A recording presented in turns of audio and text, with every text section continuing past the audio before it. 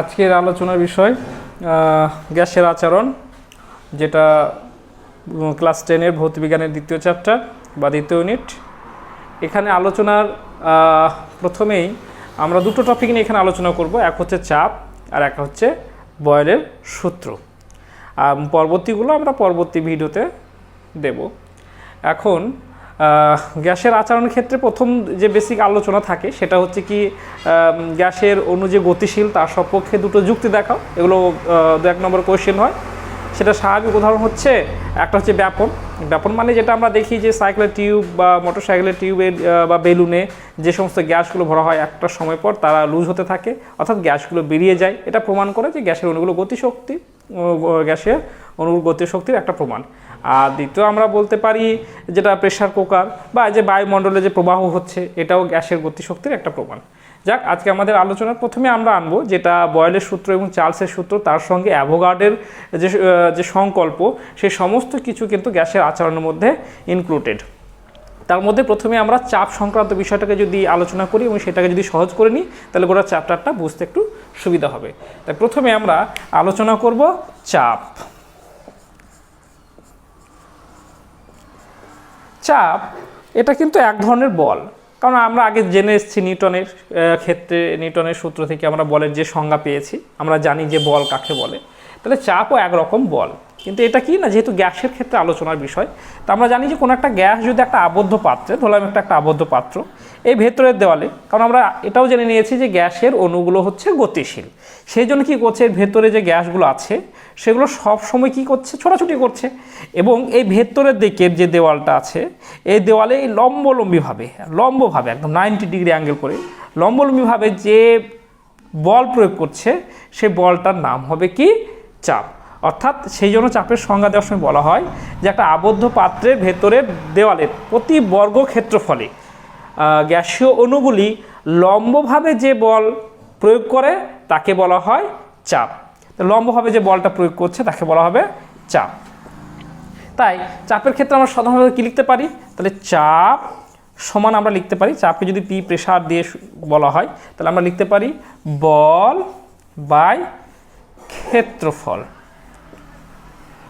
বলটাকে F force আর ক্ষেত্রফলকে এ area দিয়ে indicate করা হয়। তাহলে এটা বুঝতে পারছি যে বল বাই ক্ষেত্রফল কেন লেখা হচ্ছে, কারণ কি একক ক্ষেত্রফলের উপর লম্বভাবে যে বলটা প্রয়োগ করছে সেটার নামই হচ্ছে চাপ। তাই এখানে বলা হচ্ছে বল বাই ক্ষেত্রফল। এখন চাপ সমান যদি বল বাই ক্ষেত্রফল হয়, তাহলে এবারে ইউনিটগুলো আমাদেরকে বের করতে হবে। তাহলে এখানে স্বাভাবিক পাচ্ছি বলের একক কি, বলের একক হচ্ছে নিউটন, আর ক্ষেত্রফলের একক কি, মিটার স্কোয়ার। তাহলে স্বাভাবিকভাবে বলের একক হলো নিউটন পার মিটার স্কোয়ার। আমরা এইভাবে তো একক বের করা আগে শিখেছি, তবু আমি একদিন এই বিষয় নিয়ে আলোচনা করে নেব। তাহলে বলের চাপের একক হলো নিউটন পার মিটার স্কোয়ার। এই যে নিউটন পার মিটার স্কোয়ার, একে ইংলিশে এর অক্ষর দ্বারা, আর এটাকে এম দিয়ে আমরা ইন্ডিকেট করে থাকি। তাহলে হলো বলের চাপের একক হচ্ছে নিউটন পার মিটার স্কোয়ার, এইভাবে লিখতে পারি। আবার নিউটন পার মিটার স্কোয়ার এইভাবে লিখতে পারি। আবার নিউটন মিটার টু দি পাওয়ার -2 আমরা এইভাবেও লিখতে পারি। তাহলে এটা হলো চাপের একক, এবং এটার নামই কিন্তু পাস্কেল, অর্থাৎ নিউটন পার মিটার স্কোয়ার মানে হলো পাস্কেল। এটাও চাপের আর একটা একক, যেটা আমরা খুব ব্যবহারিক একক বলা হয়। তাহলে এই গেল চাপের বেসিক কথা। এখন আমরা দেখব যে চাপ সংক্রান্ত আর কি কি রাশি আছে, যেগুলো ডিটেলস আলোচনা করে নিলে এমসিকিউ যে কোশ্চিনগুলো চাপের উপর বেস করে হয় সেগুলো সবগুলো সলিউশন হয়ে যাবে। কি রকম না, আমরা দেখলাম চাপ সমান বল বাই ক্ষেত্রফল, বল বাই ক্ষেত্রফল এরিয়া এফ বাই এ, এবং এর এককও দেখলাম, একক এসআই একক, অবশ্য এসআই ইউনিট বা এসআই একক হচ্ছে নিউটন পার মিটার স্কোয়ার, এটাকে বলা হয় পাস্কেল। তাহলে এখন আমরা আর একটা জিনিস সম্বন্ধে জানি, সেটা হচ্ছে বায়ুমণ্ডলীয় চাপ। বা যেটাকে এটিএম বলা হয়, প্রমাণ বায়ুমণ্ডলীয় চাপ, প্রমাণ বায়ুমণ্ডলীয় চাপ, যেটাকে সংক্ষেপে এটিএম বলা হয়। এখন আমাদের এখানে আলোচনার বিষয় আসবে মেন টপিক, মেন বিষয় যেগুলো নিয়েই কোশ্চেন্স হয়। বাইরের আউটসাইডের কিছু যেগুলো এক্সাম্পল হিসেবে আসতে পারে, কিন্তু এখানে টপিক্যালি যে কোশ্চেনগুলো বেশিরভাগ হয় সেইগুলোর উপর আমরা আলোচনা করব। সেই টপিকগুলো বুঝতে পারলে গোটা ইউনিটটা বোঝা খুব সহজ হবে। এই এটিএম কথাটাকে বিভিন্নভাবেই যখন রিপ্রেজেন্ট করা হবে ম্যাথের মাধ্যমে, তখন আমরা আরও যে একক আছে চাপের, সেই এককগুলোকে নিয়েও আমাদের এখানে আলোচনা চলে আসবে।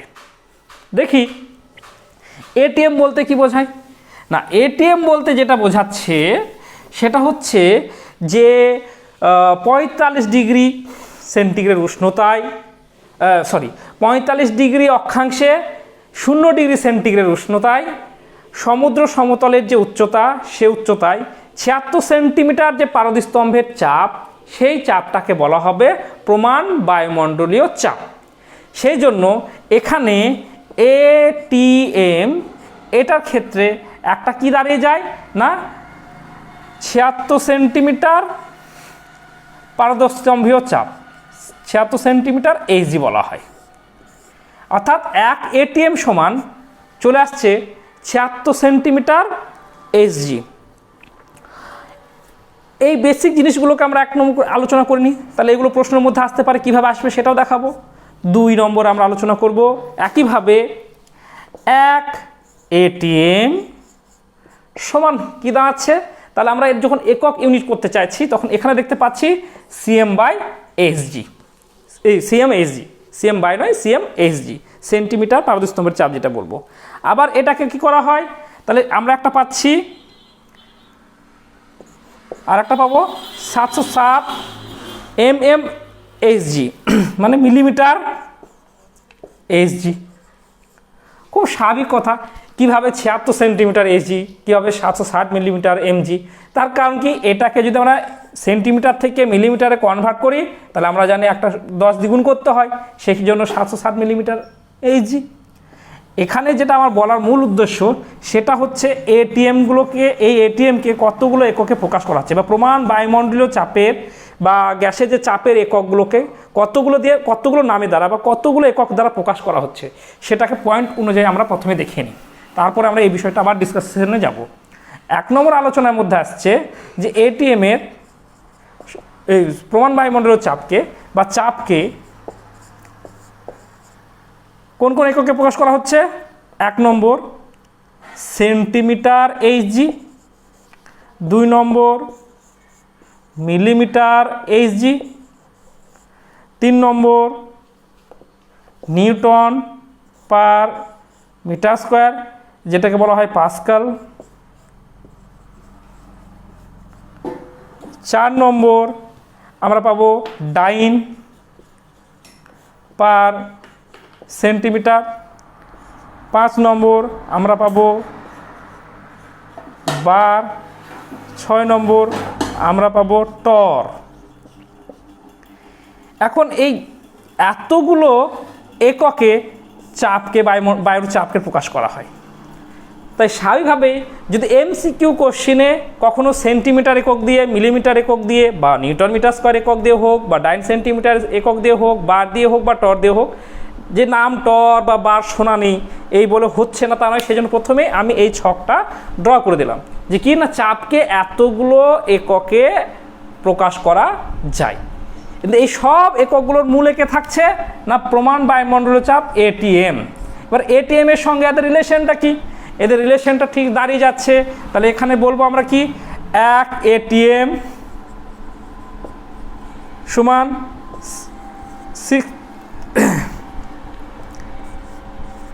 76 সেন্টিমিটার এইচজি। একইভাবে এক এটিএম সমান 760, এখানে লিখে দিচ্ছি 76 সেন্টিমিটার এইচজি, এই এককে প্রকাশ করা যাবে। আবার কি 760 মিলিমিটার এইচজি, এইভাবে প্রকাশ করা যাবে। এই দুটোকে নিয়ে যদি প্রথমে আমরা বলি, তাহলে এমসিকিউ কোশ্চিন কীরকম হতে পারে?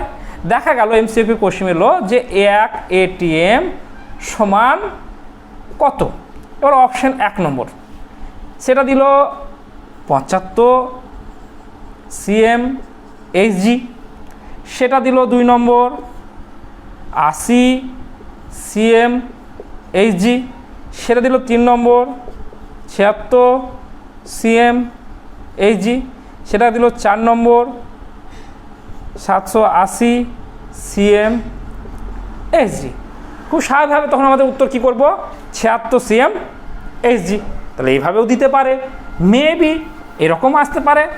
এখানে CM/HG না দিয়ে বললো যে 1 নম্বর 780 mm/HG, 2 নম্বর 760 mm/HG, 3 নম্বর 660 mm/HG, 4 নম্বর 690 mm/HG। তাহলে সেক্ষেত্রে 760 mm/HG। তাই যদি সবগুলোর আমাদের যদি জানা থাকে এবং যদি রিলেশন জানা থাকে তাহলে খুব ইজিলিভাবে হয়ে যাবে। আবার ধরো এরকম বলেছে দুটো ইউনিটকে একই সঙ্গে রিপ্রেজেন্ট করছে, 1 ATM সমান কত, সেখানে বলছে এরকম দিল 75 CM/HG, আবার 2 নম্বর দিল 80 CM/HG, আবার 3 নম্বর দিল 76 CM/HG, আবার 3 নম্বর দিচ্ছে 760 mm/HG। এখানে লক্ষণীয় বিষয় এটা CMM আছে আর এখানে MM দুটোই ভরে দিয়েছে। আর 4 নম্বর দিল যে কি 2 ও 3 উভয়ই। তাহলে খুব স্বাভাবিক কথা, তখন উত্তরটা কি আসবে? 4 নম্বরটা। অর্থাৎ এখানে এমসিকিউ টাইপের কোশ্চেন করার অনেক অপশন এইখান থেকে পেয়ে যায়। তাই আমাদেরকে এই রিলেশনগুলোকে খুব ভালোভাবে জেনে রাখতে হবে। এবং রিলেশনগুলো হচ্ছে কীভাবে? খুব নর্মাল, আমরা তো পড়েছি সেন্টিমিটার থেকে মিলিমিটারে যদি কনভার্ট করতে হয় তাহলে কি করতে হবে? এখানে ইন্টু 10 করতে হবে। তা 76 সেন্টিমিটার সেটা হবে 76 × 10 সমান হচ্ছে 760 মিলিমিটার। সেই অনুযায়ী সেই এককে কনভার্ট হয়ে যাচ্ছে। অতএব আমরা যদি এই রিলেশনটাকে মনে রাখিয়ে দিই তাহলে খুব ইজিলিভাবে হয়ে যাবে। 1 ATM সমান 76 CM/HG, একইভাবে 760 mm/HG। এখন আমরা আরও আলোচনার মধ্যে যদি যাই, কি না এখানে পেয়ে যাই আমরা 10, 13, 25 newton per metre square. 10, 13, 25 newton per metre square আমরা এই ইউনিটেও প্রকাশ করতে পারি। আবার আমরা যেহেতু জানি যা নিউটন পার মিটার স্কোয়ার যেটা সেটা পাস্কাল, 10, 13, 25 পাস্কাল সবগুলো কিন্তু 1 ATM সমান। আবার কি পেতে পারি? আবার আমরা যদি এটাকে ডাইনে কনভার্ট করি তাহলে আমরা ডাইন সমান পেয়ে যেতে পারি কীরকম না 1.01325 আর লেখা দরকার নাই, লিখে দিতে পারো। এটা হবে ডাইন পার সেন্টিমিটার স্কোয়ার, ডাইন পার সেন্টিমিটার স্কোয়ার। এই সরি 1.013 × 10⁶ ডাইন পার সেন্টিমিটার স্কোয়ার। এখন আমরা আরও কি দেখতে পাবো না, আরও দেখতে পাবো 1.013 বার, বা আর একটা পাবো সেটা হচ্ছে 760 টর। তাহলে যদি এই মানগুলোকে আমরা মনে রাখতে পারি তাহলে খুব ইজিলিভাবে আমাদের সমস্ত চাপ সংক্রান্ত যে এমসিকিউ কোশ্চেন থাকবে সেগুলো কভার, আর ও নিয়ে কোনো ভাবনা চিন্তার কিছু থাকবে না, কারণ এর বাইরে তো সিলেবাসের বাইরে তো কোশ্চেন হয়ই না। অতএব আমরা এখানে যে এককগুলো যেভাবে প্রকাশ করা হয় চাপকে সেই এককগুলো দিলাম, এবং সেই এককে তার মান কত সে মানটাও এখানে দেওয়া হলো।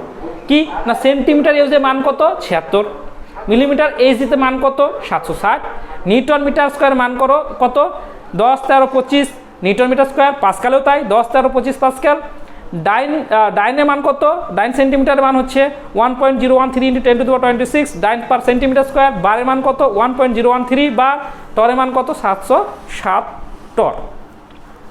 এবার আরও যে কোশ্চিনগুলো এর উপর ডিপেন্ড করে হতে পারে, চাপের উপর ডিপেন্ড করে হতে পারে, সেটা কি সেটা নিয়ে এবার আমরা আলোচনা করছি। সেটার মধ্যে প্রথমেই চলে যাচ্ছে কি না, আমরা যখন আমরা প্রকাশ করছি এটিএম, প্রমাণ বায়ুমণ্ডলীয় চাপ। তাহলে প্রমাণ বায়ুমণ্ডলীয় চাপের ক্ষেত্রে এর যেটা গাণিতিক মান করা হয় সেটা কি করা হয় না, 1 ATM সমান হচ্ছে কি না, যেহেতু পারদ স্তম্ভের যে 76 সেন্টিমিটারের যে উচ্চতা, তাতে যে চাপটা হচ্ছে সেই চাপটাই যেহেতু হচ্ছে প্রমাণ বায়ুমণ্ডলীয় চাপ, তো সেটা কি না নির্ভর করছে উচ্চতা ইনটু পারদের ঘনত্ব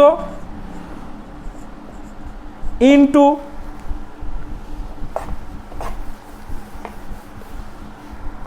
অভিকর্ষীয় ত্বরণ, অভিকর্ষজ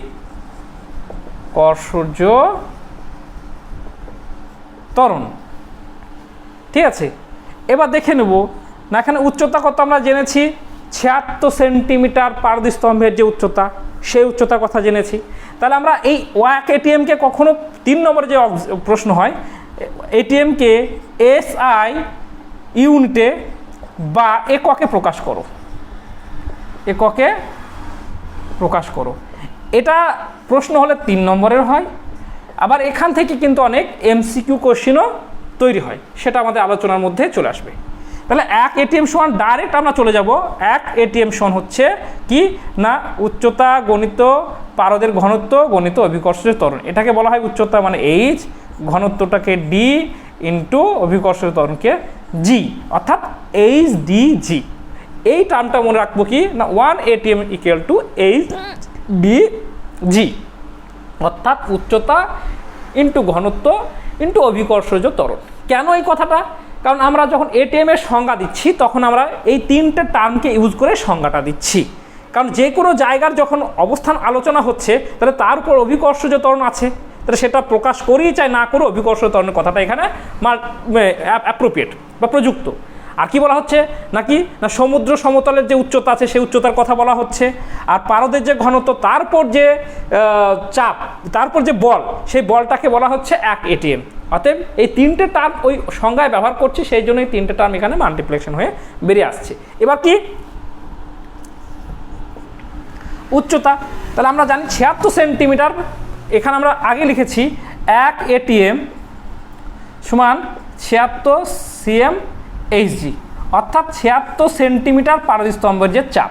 এবার SI ইউনিটে যদি কভার করতে চাই তাহলে সেন্টিমিটারকে আমরা মিটারে নিয়ে আসতে হবে, তাহলে কত হয়ে যাবে 0.76 মিটার। তা সেন্টিমিটারটা কি হয়ে যাবে না 0.76 মিটার, কারণ এটা সেন্টিমিটার টু মিটার আর মিটার টু সেন্টিমিটার যেতে গেলে যে ফরম্যাট হয় সেই ফরম্যাটে আমরা এটা পেয়ে যাচ্ছি যে 76 সেন্টিমিটার সমান এত মিটার। অতএব এই যে জায়গায় আমরা কি বসাবো 0.76 মিটার। আবার বলছি যে কি না যেহেতু এটা প্রকাশ করতে বলেছে 1 ATMকে SI ইউনিটে, তাই আমরা কি করব, আমরা জেনেছিলাম যে 76 সেন্টিমিটার পারদস্তম্ভের উপর যে বলটা প্রয়োগ হচ্ছে বা যে চাপটা হচ্ছে সেই চাপটাই হচ্ছে 1 ATM। সেই জন্য আমরা এখানে কি 76 সেন্টিমিটার পারদস্তম্ভের মানটাকে নিচ্ছি।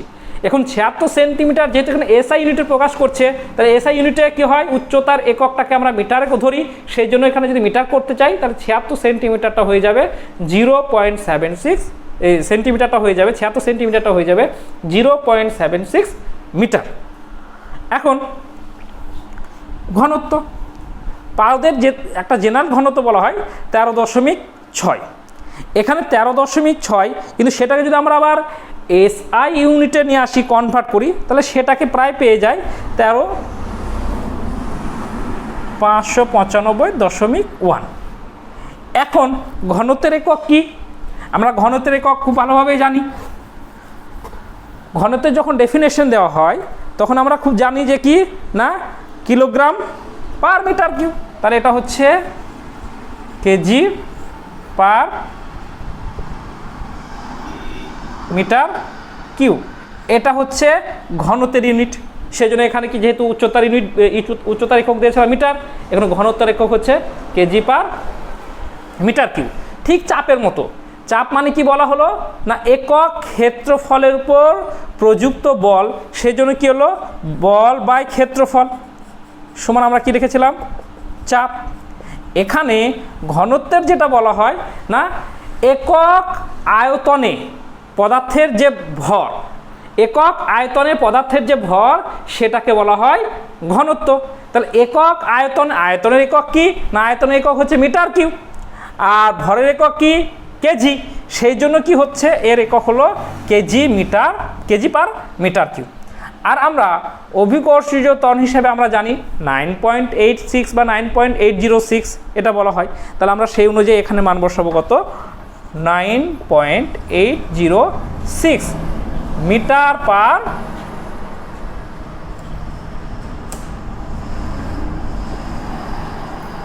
Second square, metre per second square.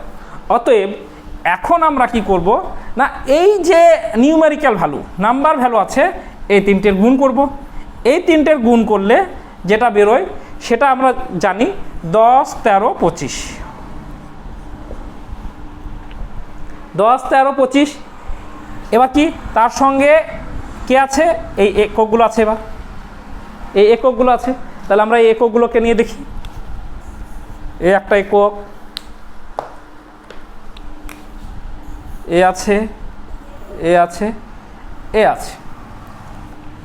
এবার এটা যদি আমরা পাশাপাশি বসাই তাহলে কি পাবো metre into KG per metre cube into metre per second square. তাহলে এখানে আমরা মান পাচ্ছি একটা কি 10, 13, 25, তার সঙ্গে কি একক পাবো আমরা দেখুন মিটার, এখানে মিটার আমি এই মিটারে যেহেতু আছে সূচকের নিয়ম অনুযায়ী তাহলে আমি এখানে মিটার স্কোয়ার করতে পারি। আমরা এখানে স্বাভাবিক ফরম্যাট যেটা করি যেহেতু আমরা যাব এটিএম এসআই ইউনিটে, এবং এসআই ইউনিটে আমরা জানি বলের একককে নিউটনে প্রকাশ করা হয়। তাহলে আমাদের স্বাভাবিক যে ফরম্যাট থাকবে যে আমরা নিউটনের দিকে কনভার্ট হব। সেই কনভার্জনের জন্য আমরা এখানে কি অ্যাপ্লাই করব, এখানে আমরা অ্যাপ্লাই করব যে কি কেজি গ্রাম পার সেকেন্ড স্কোয়ার। তার মানে কি এখানে বলতে চাইছি যদি এই জিনিসটাকে আমি প্রথমে লিখে নিলাম কেজি, আর আমরা এখানে পেয়ে যাচ্ছি KG metre per second square. তাহলে আমরা প্রথমে এটা কী করলাম কেজি তার সঙ্গে into metre by second square কথাটা আমরা এখানে লিখে নিলাম। এটা রিপ্রেজেন্ট করে কাকে, এটা রিপ্রেজেন্ট করে নিউটন, মানে এটা হচ্ছে বলের একক, আর বলের একক ব্যবহারিক একককে আমরা নিউটন বলি। তাহলে KG metre per second square কি না বলের অভিকর্ষীয় এককের ক্ষেত্রে আমরা পড়েছি নাকি না এক ভূপৃষ্ঠ থেকে 1 মিটার উচ্চতায় 1 কেজি ভরের কোনো বস্তুকে পৃথিবী নিজের কেন্দ্র দিকে যে বল দ্বারা আকর্ষণ করে সেটাই হচ্ছে কি না কেজি ভর। তো সেই অনুযায়ী ওটাকে আমরা কী দিয়ে প্রকাশ করছি নিউটন দিয়ে।